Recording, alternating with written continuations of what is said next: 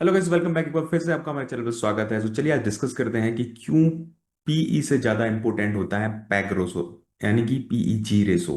बहुत सारे स्टूडेंट का क्वेश्चन था कि सर पैग रेशो पे एक वीडियो बनाइए, so I decided to make a video on this topic and let me tell you this is going to be a very very important video for all the investors जो stock market में invest करना चाहते हैं और significantly बचना चाहते हैं कुछ ट्रैप कंपनीज से। सो वेलकम बैक, एंड जिन लोगों ने अभी तक हमारे चैनल को सब्सक्राइब नहीं किया है, आई रिक्वेस्ट सब्सक्राइब कर लीजिए because this channel is going to be gold mine for your investment journey. तो without wasting any time let's get started. So आज हम डिस्कस करने जा रहे हैं कि what is PEG ratio, PEG ratio क्या होता है और पीई से कैसे डिफरेंशिएट करते हैं इसको, इसका रियली मीनिंग क्या होता है, ये पी से ज्यादा रिलायबल क्यों है, और हम रियल लाइफ एग्जांपल्स को भी स्टडी करेंगे दो लेटेस्ट यानी 2025 के डेटा के साथ, और सिंपल चेकलिस्ट जो कि आपके लिए बहुत इफेक्टिव होगी कि आपको किस स्टॉक्स में इन्वेस्ट करना है किस में नहीं। एटलीस्ट अगर आप वो चेकलिस्ट भी चेक कर लेंगे तो फिर आपके लिए बहुत ज़्यादा इंपॉर्टेंट हो जाएगा, बहुत ज़्यादा हेल्पफुल हो जाएगा। सो आज हम डी मार्ट, उसके बाद हम H D F C bank, just 1 minute, H D F C bank का पैक रेशो डिस्कस करेंगे।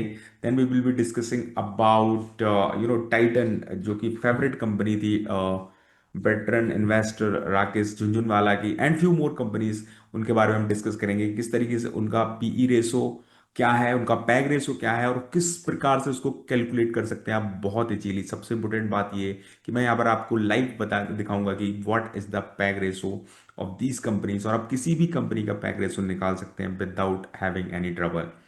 सो without wasting any time let's get started. तो the P trap most investor fall for, सबसे ज्यादा trap, सबसे बड़ी बात ये होती है कि सबको यही लगता है कि यार किसी स्टॉक का पीई कम है, अगर 10 है, 8 है, 5 है, तो सबको लगता है कि ये मतलब खरीद लेना चाहिए। क्योंकि ज्यादातर इन्वेस्टर्स जो होते हैं या फिर जो भी स्टॉक मार्केट की क्लासेस होती हैं या फिर जो हमारे एमबीए सिस्टम में या फिर एजुकेशन सिस्टम में जो भी सिखाया जाता है वहां पर पीई एक बहुत ही प्रोमिनेंट फिगर है। तो सबसे पहले पीई को समझ लेते हैं। आई गेस सारे लोग समझते होंगे बट स्टिल मैं एक बार बता देता हूँ। पीई इज नथिंग बट जो ऊपर वाला पी है इट इज प्राइस, एंड जो नीचे वाला ई है is that stand for EPS. So let's say किसी स्टॉक की प्राइस 500 रुपए चल रही है और उसकी अर्निंग पर शेयर इज 100 रुपए है, तो उसका पीई हो गया 5 रुपए। 500 डिवाइडेड बाई 100 रुपीज। सो इसका मतलब ये होता है कि दूसरे शब्दों में कहें कि कोई भी इन्वेस्टर किसी कंपनी को 1 रुपए की अर्निंग के लिए कितना इन्वेस्ट करना चाहता है।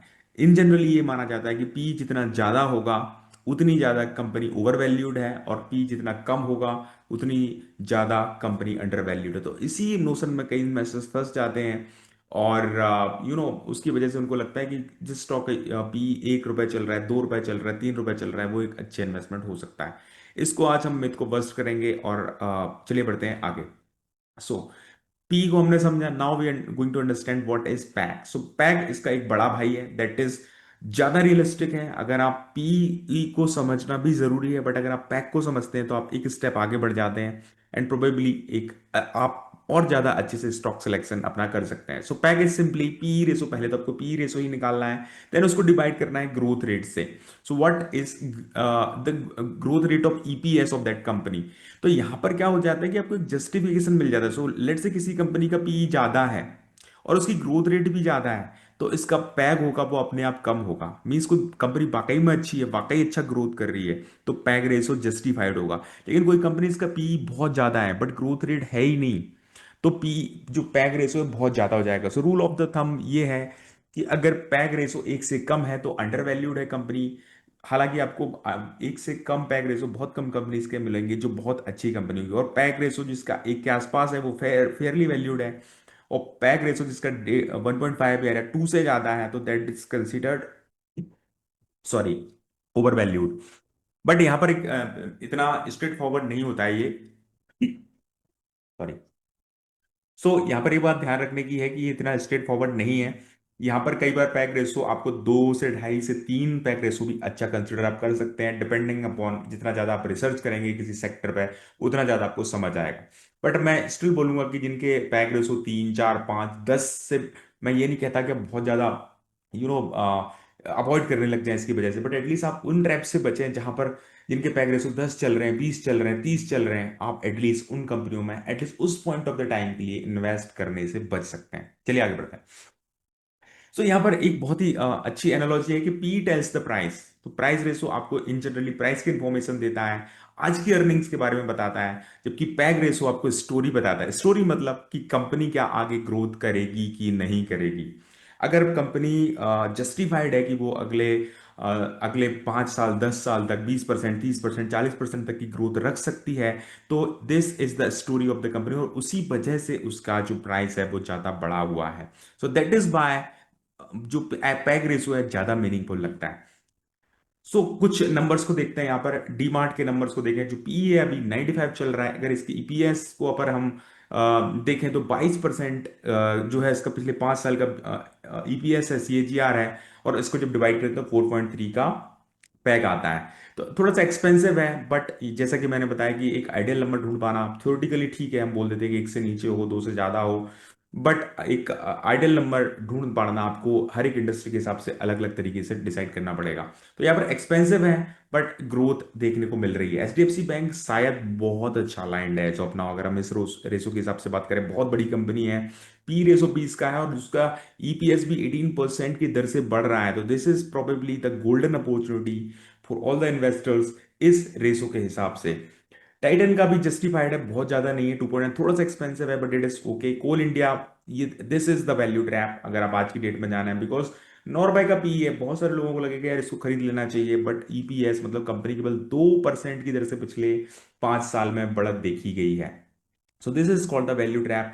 आईटीसी पिछले, अगर 5 साल की बात करें तो 12% का ईपीएस ग्रोथ आ गया है। हालांकि उसके पीछे की अगर 5 साल की बात करेंगे तो ये भी एक वैल्यू ट्रैप थी, और आपने देखा होगा आईटीसी ने बहुत ज्यादा रिटर्न्स नहीं दिए। बट पिछले 5 साल से कंपनी का जो सिस्टम है थोड़ा सुधर गया है, कंपनी ने डाइवर्सिफाइड किया अपने बिजनेस को, उसकी वजह से 12% का सीएजीआर आ रहा है, और अब एक रीजनेबल री रेटिंग पर पहुंच गया है। एनबीसीसी को अवॉइड करेंगे इस रेशो के हिसाब से, क्योंकि 3% की ग्रोथ रेट आ रही है, भले ही पी 13 का है, बट 3% की केवल सीएजीआर ग्रोथ है।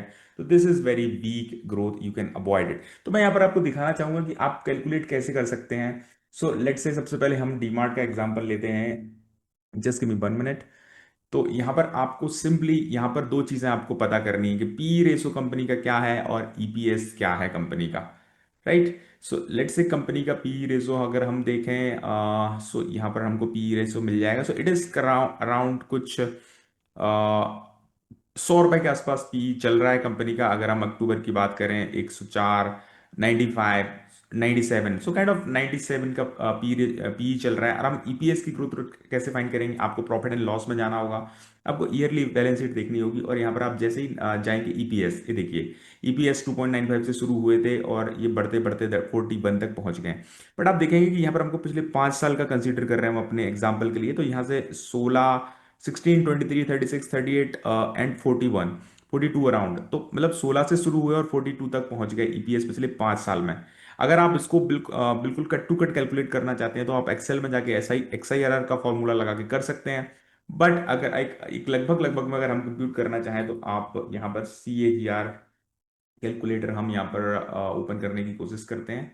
मैं बस जस्ट आपको दिखाना चाहता हूँ, सो दैट आप किसी भी कंपनी का जो आई मीन जो पैग रेशो है वो कंप्लीट कर पाए। सो स्टार्टिंग वैल्यू जैसे कि हमने देखा 16 थी यहाँ पर, और ending value is 42 and number of periods is 5।